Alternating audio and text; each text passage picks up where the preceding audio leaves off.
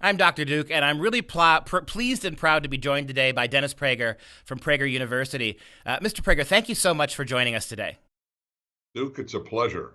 I'm delighted. You know, as an educator myself, a 25-year professor, I find the work you do incredibly useful in my classrooms. I can bring in a short 5-minute video from something that you've done and really clarify for my students all the things that they think they've been taught but don't understand.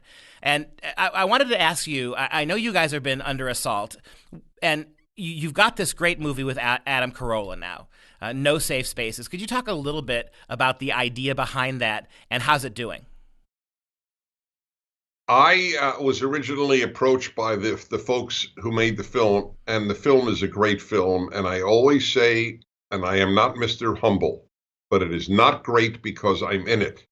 I'm in a great film. They made a great film. I was actually surprised at how good it came out because I didn't know that they could make it as compelling as they did. It was originally about this subject of free speech and the campus.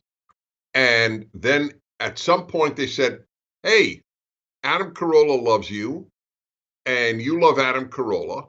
How about doing it with him? And I said immediately, I have no interest in being the only star, quote unquote.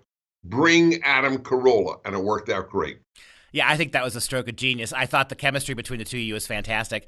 And what I loved about Adam Carolla, he's got the Hollywood bona fides. You have the academic bona fides with all the work you've been doing over the years. It was a really nice communion of voices. And I want to tell everybody out there in the audience, if you have not seen this film, don't wait. Go see it immediately. No Safe Spaces. It really is a metaphor way beyond universities, right? It's our culture in general. You're watching the Democrat candidates. Almost every one of them, to a man, to a woman, says that they believe in restrictions on free speech. This is a much bigger problem than even on campuses, isn't it, Dennis?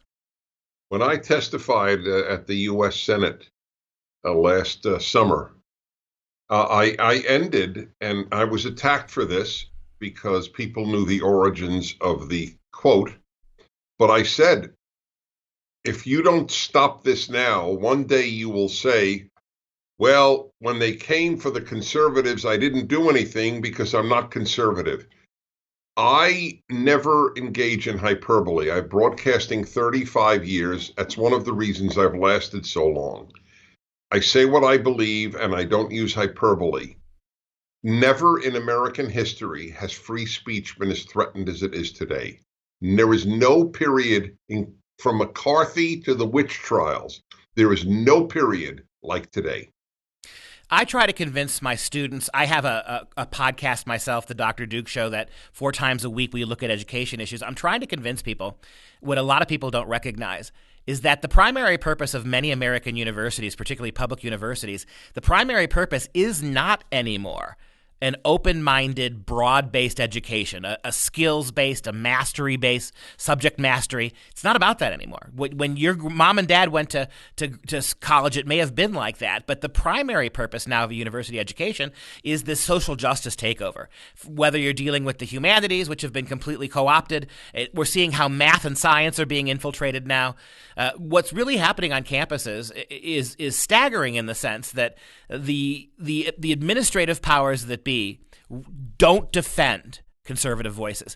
We saw again just the other day, another at Santa Cruz, another Republican table was destroyed. You had spitting on the flag. You had threats of violence. And I can't think, we've had dozens of incidents like this in the last 3 years. I can't think of a single student who's paid any price at all for stealing property, destroying property. The universities absolutely refuse to engage in any kind of discipline when it comes to destroying Republican speech. That's right. Because there are 2 reasons. In order to be a college president, in 90% of the cases, you either have to be a leftist or a coward. When people see the film, they'll see the story of Brett Weinstein, who's a man of the left, professor of biology, but he wouldn't leave the campus in Washington State, Evergreen, I believe it is. He wouldn't leave the campus when they said all whites should leave for a day. He said, that's absurd. Of course I'm not going to leave. The guy's been on the left his whole life. and see how his safety was literally threatened. He was cursed at, screamed at by mobs. The police told him, "We cannot guarantee your safety. Don't show up on campus." The president did nothing. The school did nothing, and that is typical. That was true, by the way, when I was at Columbia University graduate school in the 70s. It was true then too. I understood that to be a dean or a president, you have to be, as I said, either a leftist or a coward. And it has not changed. It's amazing. A lot of people don't realize that to get hired in universities, you're hired by the faculty, right? To become a dean, the faculty decides, right? To become an associate chancellor, the faculty has a huge say in that. And so, it's almost impossible for conservatives to get into the university. I got this job about 12 years ago at University of Wisconsin-Oshkosh, before the internet had blown up to the point where my name was all over the place for conservative issues. I couldn't get a job today in academia because it's so easy to find out who you are. And then faculty determine who gets promoted to deans. It's completely a closed system, isn't it? Well, I periodically am asked by young people, could you write a recommendation to me for college? And I always say, well, yes, but you won't get in. If I write you a recommendation, it's over. Let me ask you, what happened at Virginia the other day? We had the University of Virginia built a brand new multicultural center. And the very first couple days it was open, a lot of kids started showing up, including some white kids, Caucasian kids. And a young girl, very well-spoken, and she was very sweet about it. She stood up in front of the group of kids and she said, look, this is a safe place for African Americans and multicultural kids. She recognized, she said, that if you're white and in this space, you're presenting a problem. And then the very next day, a group from the Blaze went out and they did the man on the street interviews at Virginia. And they asked a bunch of kids how they felt about this. I was blown away that all the white kids said that we have no right to be in that building. We shouldn't be there. One young woman said, as a white person, I don't think I have a right to be anywhere. Does it scare you? It scares me as a professor to see how already by the time they get to college, these kids have bought the idea that separate but equal or separate but unequal is okay in the case of racial division. Well, the story you just told me is depressing. Listen, I tell parents that I used to say sending your kid to college is playing Russian roulette with their values. Now I say it about high school.